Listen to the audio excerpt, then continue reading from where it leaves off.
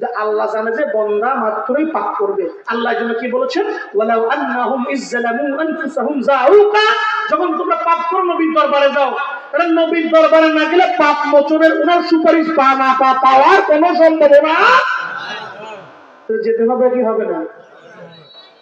কোরআনে বলেছে আল্লাহ, হাদিসে পাকে আমার দয়াল নবী কি বলেছেন, মান যারা কবরি ওয়াজাবাত লাহু শাফাআতি, যারা আমার কবর জিয়ারত করতে আসবা তাদের জন্য সুপারিশ করা আমি নবীর জন্য ওয়াজিব হয়ে যাবে। যারা বলে সুবহানাল্লাহ।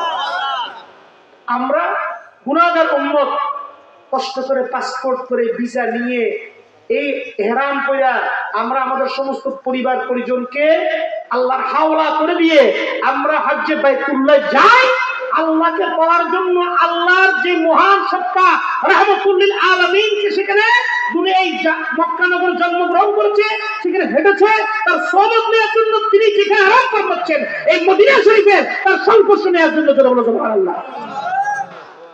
কেমন হজের মধ্যে আরেকটা আহকাম রুকনের মধ্যে কি আছে, সই করা। এটা কি সাফা এবং মারওয়া পাহাড়ের মধ্যে কি করা, দৌড়াদৌড়ি করা, ঠিক কিনা? ঠিক না?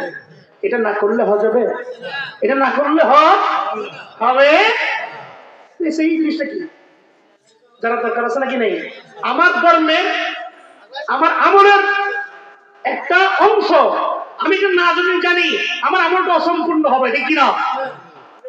এই সাফা মারওয়া পাহাড়ের মাঝখানে ইব্রাহিম নবী আল্লাহর নির্দেশে তার বৃদ্ধ বয়সে জন্ম নিয়ে ইসমাইল জবিউল্লাহকে এবং তার মাকে আল্লাহর নির্দেশে বিরানভূমি এই ঘরের মধ্যে এই বাক্কা নগরীর মধ্যে ফেলে এসেছেন, যেটা পরবর্তীতে মক্কা নগরী হবে, যেখানে তার সর্বযুগের সর্বশ্রেষ্ঠ তার সাইয়্যিদুল মুরসালিন আসবেন, তার পরিবেশ তৈরি করার জন্য তার পূর্বপুরুষকে যে রিয়াজত করিয়েছেন তার মা বিবি হাজেরা, যিনি আল্লাহর ওলি।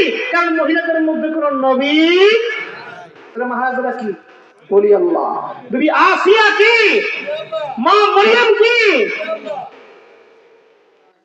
খাদিজাতুল কুবরা কি, মা ফাতেমাতুজ জাহরা কি, আল্লাহর ওলির নামে সূরা মরিয়ম আল্লাহ তা বলি আমি তো সূরা লিখেছেন, ঠিক কি না?